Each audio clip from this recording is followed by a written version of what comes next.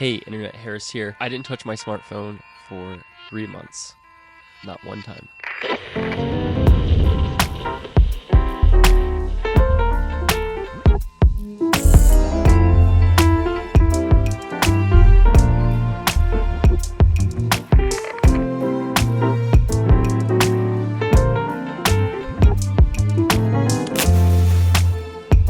So yes, I legitimately didn't use a smartphone, didn't touch one for really closer to 4 months. So I started school again, and that's both an overstatement and an understatement that I won't get into right now. But anyway, part of this year, this entire year actually, is going to be no smartphone. The phone was locked away, couldn't get access to it, and some of the other students with me were doing the same thing. So it was actually a really unique opportunity to do this in an environment that was not cutting myself off completely from the world. And now people who know me, or any one of the millions of people who have watched this channel, can know or assume that I am a big technology fan and I have a lot of technology in my life.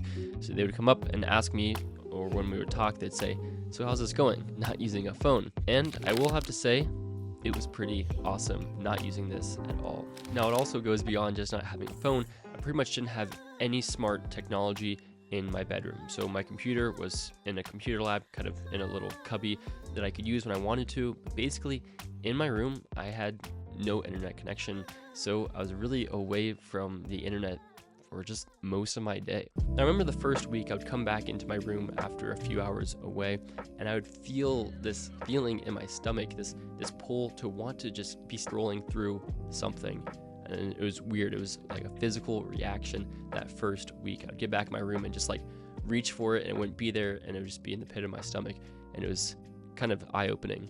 After about a week, that went away, and I got to a point where I pretty much stopped reaching for my phone, stopped reaching for it in my pocket. I did find that now email on my computer kind of came to replace this. Just scrolling through my email became that type of stimulus that I was looking for. So I also had to kind of start to curb that a little bit once I recognized it. Now, I wasn't completely cut out from the world, and I had to make do in other ways.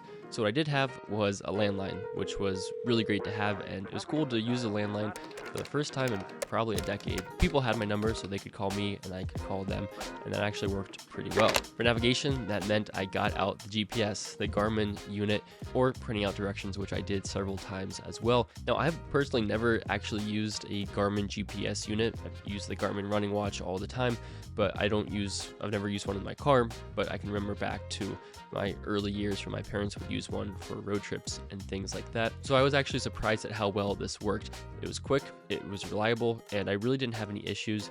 The one thing is that it just didn't really calculate traffic very well, so sometimes I would get stuck in traffic and it wouldn't really know why I wanted to go a different way. Maybe I could have gotten around that if I knew the device better, but for most of my short trips I use, the GPS actually worked surprisingly well. It was quick and reliable, and the thing that I loved about this was that sometimes I just wouldn't take the GPS and I would just have to memorize where to go, remember streets and turns, and I actually learned my environment, which I've never really done, or of course never done thoroughly and efficiently and systematically. But now I had the chance to do that, and that's really a gift, because it's just so easy to live a whole life in a city or to travel the world and really have no sense of your bearings ever. With the GPS on your phone, always just telling you where to go, you never actually have to learn it for yourself. So this was really cool in that regard. This also meant I had to get a real calendar because I wasn't using my phone in my pocket, so I had one up on my wall, and that worked pretty well. Just check it when I was in my room and add things to it. But what I found was most helpful, and something I'm definitely keeping around, was a little pocket notebook. Now, I just have this cheap one, it's like $1. That's all you really need to do. And every day, I would simply write out a checklist of things that I needed to do, and then I would cross them off as I do them. Now, Saturdays were the days for online shopping and just doing things on the internet that I needed to do. So on the back of the piece of paper, I made a running list of anything I wanted to buy, things I needed to look up, just errands to run, things like that. When I was in meetings or just had a random idea, I could jot down things. And then I had several monthly conferences and meetings and things like that were every month. So in the back of the journal, I would write down when the next meeting was going to be, and then I could take notes throughout the week and throughout the month of anything that comes up that I need to do that pertains to that meeting or that conference or whatever it is. That was super helpful because so often I'll have ideas of things I want to talk about in these meetings, and then I'll just forget about them by the time they come around. But with this, and I also found this awesome little mini pen that I love. I just always had these with me. I could jot down anything I needed. And the best part was that I didn't get distracted and sucked into a phone when I needed to just note something simple. This really calmed my brain and helped me remember more things. I actually think I stayed on top of things better than when I had a phone that had more capabilities. So I think even once I go full time back to having a phone, I'm definitely going to keep this notebook and this pen around to jot down to-do lists, which is much better for me than relying on my phone. Now, when I came into this year, I knew that I wasn't going to be using my phone, and I was super pumped, and I thought it was just going to solve all my problems in life. I was going to get along perfectly with everyone, and I was going to become super mystical, and all these things would just fall into place. And I realized that none of that happened, or maybe some of those things and certain other things did happen just right from getting rid of the phone in my life. But what I realize is that getting rid of something is one thing, but then the question often is, what are you replacing it with? And so getting rid of my phone was a really good start, but I realize it's just a start.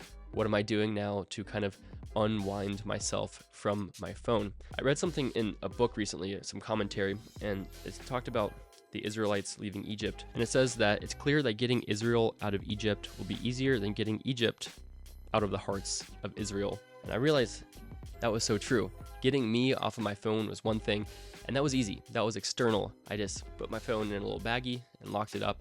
Didn't have to worry about it. But then getting the phone out of me was a totally different problem, because I've just been wired this way for now over a decade, that all these habits and ways of thinking and ways of interacting and way of seeking stimuli and all these type of things are just nearly set in stone because of my phone habits. So I was a couple weeks in and wondering, like, why isn't it getting easier to focus or concentrate, or like, why do I feel like I'm just not praying better, or I'm not relating to people better?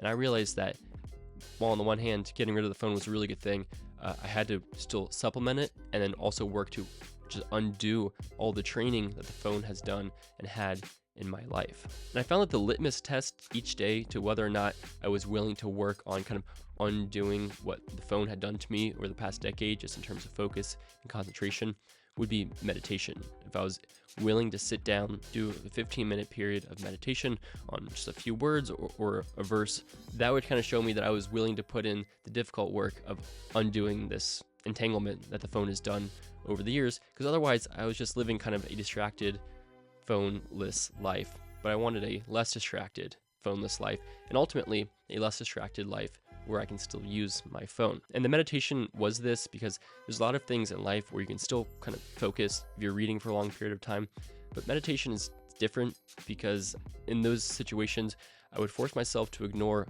all distractions and really work on quieting my mind and my heart and the spirit. So when I was willing to meditate, that's when I knew I was willing to actually work on kind of untangling myself from years of cell phone use.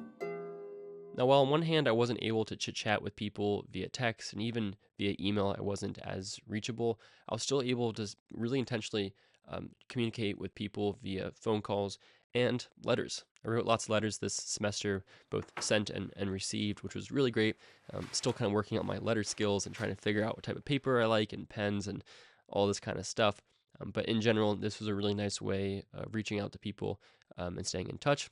And then the landline was also a really nice tool to keep in touch with people. And when I turned back on my phone, nobody had ended a friendship with me because I hadn't been texting them over the months, and the people who I needed to see, I could still see over breaks. So I don't know, no relationships ended from not texting. Now, on top of all this, I also haven't been on social media, but that's been something I've been slowly getting myself off of for really a couple years now, and especially the last year, and then especially the last 6 months. So I haven't been on pretty much any social media. I guess YouTube would be the one exception, but I'm talking more of like the instant sharing of tweeting and Instagram and all these type of things. Now, I remember a few weeks ago over Thanksgiving break, I was talking to one of my family members, and we were talking about some social issue, and she had mentioned seeing a top comment on an Instagram post that had like 8,000 likes, and it was just a terrible comment.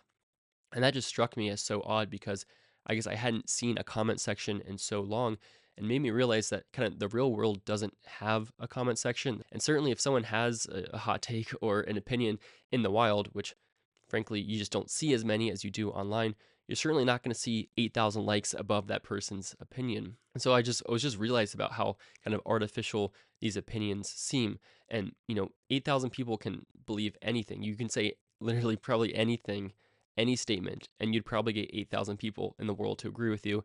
So the fact that there's a top comment with 8,000 likes on it saying something really didn't mean anything about the wider world, just whatever had happened to show up on the top of Instagram comment section on that photo. So it just made me realize just how artificial and how distorted uh, social interaction is on social media. When I think it's often argued that this enhances, I don't know, sociability and interaction and communication and things. So I thought that was just kind of a eye-opening occurrence that I just hadn't realized because I've just been away from comment sections for so long. And really, I think there's not really much reason to go back to most comment sections. Now, there were some struggles, of course. Meeting up with people was really difficult. I remember one time we were going to a Cincinnati Reds game and we had two cars, and nobody in those two cars had cell phones. And it was a mess trying to meet up. And it was also a mess getting down there because I think one group was just using paper directions, and sometimes downtown can be very confusing. So that was obviously a limitation there, where something even like a flip phone would have helped a lot just to say, hey, I'm by gate D. Okay, I'm by gate B, and you meet up. Now, one issue that I did run into more than a few times was two-factor authentication, which just so many sites require now to log in to send a phone notification, and I just simply couldn't log in to those services, and even a simple flip phone would have solved this issue. Now, another change that was really nice for me was reading. I did find that my concentration, my ability to sit down when I didn't have my phone, that every 18 minutes I would want to pick up and check, and that would turn into like a 4 minute check, a 15, 20 minute check. I was able to sit down and read for hours and stay awake like I never ever have before. Probably read 10 books this semester, which I don't think I've ever read that many books in that period of time. It was awesome. I just totally changed my ability to sit down and focus on something without the need or even desire to get up and check something else. And I realized the things I'd be checking on my phone now that I have it again, and now that I'm reading and I do get text messages coming through, almost none of it is worth checking over a quality period of reading. Now that I'm back on break, I also activated my Apple Watch again. I've been using my Garmin running watch for a while, and I put Cellular back on it because it's only $5 a month with Visible, and then I can cancel it after this month. And I've been leaving my phone at home, so I'll go out and I'll just have my watch, so I can still get texts and calls. I can even still pay for things and get around via maps and things like that. But I just won't be tempted to do anything else on my phone, be distracted by anything else. And when I'm with people, just to be a little bit more present. If I want to take pictures, I can bring a camera with me. That's actually been really nice. The other day, I was just going on a walk and I was on a phone call, and I could leave my wrist completely by my side and still hear the person talking without any AirPods. And then when I wanted to talk, I would just bring it up, and that was pretty sweet. Didn't need my phone with me at all. So going forward, I'll be turning my phone back in, but then once I kind of bring it back into my life full time, I'm really going to consider something like no phone, and then just have the phone on the side when I need to put my SIM card in it for travel or whatever. I will be keeping around my notebook, and I will be continuing to try to work on meditation and other things and ways of quieting my mind. But yeah. But anyway, let me know your thoughts, and thank you very much for watching.